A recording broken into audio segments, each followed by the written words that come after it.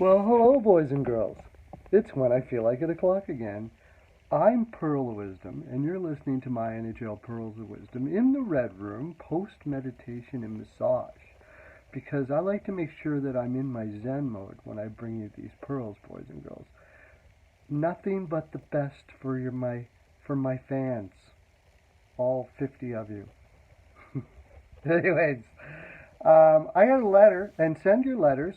We go every day, go down to the mailroom and bring the letters up to the letter table, and we spill them all over the table, and there's frolic and joy, and we love it. We love it. So send your letters all you can.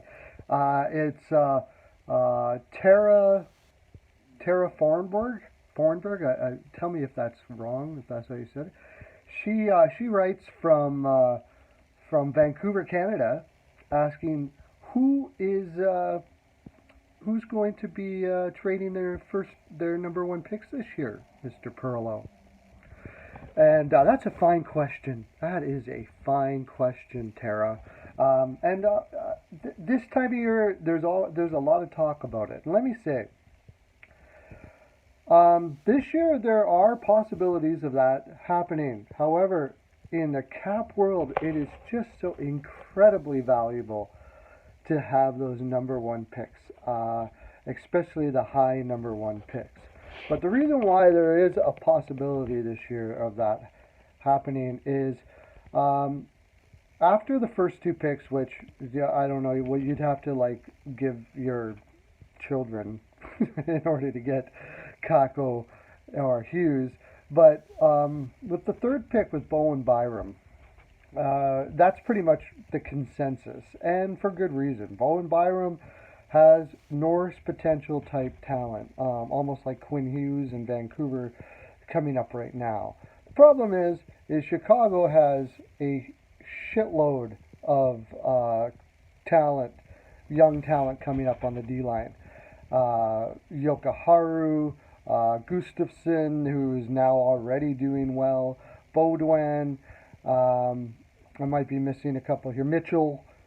These guys they're stacked as far as their D line is concerned for young players coming up. However, when you're talking about a guy with this kind of talent, it's hard to pass on him. From what I understand is what they're planning on doing though is taking Turcotte anyways. Turcotte's from Chicago. He's a center, and they think I would say that it's like comparing let's see, a Norris like Doughty with Nugent Hopkins.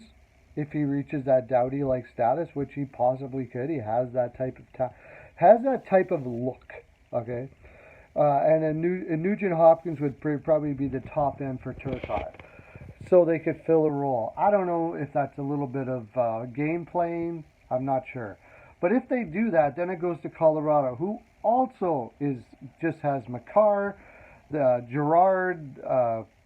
They're pretty stacked on the D line as far as young talent is concerned. So the idea was that maybe Chicago would trade down, say with LA, and for a guy like say Toffoli, in which case they may still get Turcotte. I don't think so, but they could take Cousins or something like that. It's possible, I guess, but I find it very highly unlikely. And the reason why, again, is rather take Turcotte and get to pay him the minimum for the next 3-4 years than take a guy that's already got 4 or 5 million in 3 years on his contract, all for cap reasons. Remember, boys and girls, cap is the most important thing you need to take care of nowadays. For Colorado, sure, they could do the same thing. They could make a trade down with LA.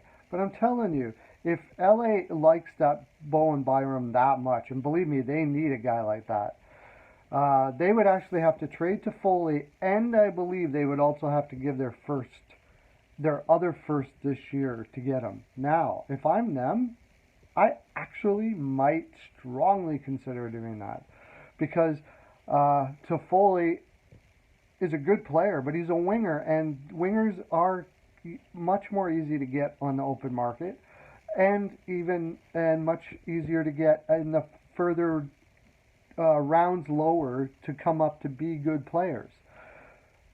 That's the exact reason why I wouldn't do it if I was Colorado. I would take Bowen Byram, and if you absolutely want to, if you absolutely have a guy that you absolutely want, you can maybe trade Barry or Gerard or something like that to accomplish your goal of getting a winger. I believe Colorado also has tons of cap space. So it's very likely that they can pick up a Nyquist, a Donskoy. I think they're going to be going after Hayes, and I think they'll actually get Hayes. Philadelphia gave it a shot, but I don't think they are actually going to get it. Hayes is perfect for Colorado. They do have some young players coming up, but they are probably second line, third line tweeners. Where in Philadelphia, Hayes had a problem where you've got Nolan Patrick there, who's probably going to take your job in short order. So yeah, I could see him going to Colorado. Soderberg's going to be coming off his contract next year. It makes a lot more sense. Finally, the last team that I think would be willing to trade their first, and almost likely even maybe will trade their first, especially since I just mentioned them. They went after Hayes, but they didn't get him. I think Philadelphia could trade their first, and where I think that they would likely trade it is a team like Tampa Bay, who is in cap hell right now. Would love to have an 11th pick, another high draft pick to add to their constant rotating fantastic drafting that they do prospect pool. A guy that I think that they could get would be JT Miller. Now I don't think that JT Miller, they just give up the whole first for JT Miller, because you're doing Colorado a favor here.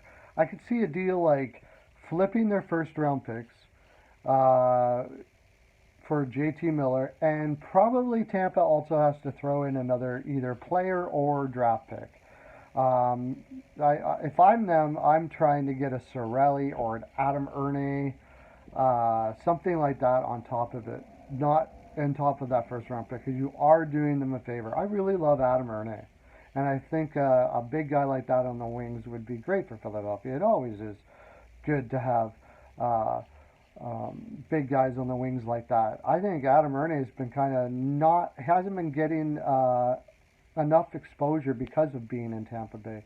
If you play him in Philadelphia, I think his offensive upside is much better than people think. I would do something like that. Adam Erne, a flip of first round draft picks, Miller, Adam Erne, and Tampa Bay's first. And Tampa Bay would probably go for that because they really need cap room to sign points, and they're also probably looking to add on their defense. There you go, Tara.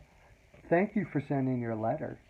I know you're already subscribed, and many of you are. But if you're not for some reason, or maybe you're from like a different country and you're not aware of me, and you're just learning about me now, hit the subscribe and the bell, and I'll send you a My NHL Pearls of Wisdom necklace, signed by me, and helicoptered to your door. Have a great day.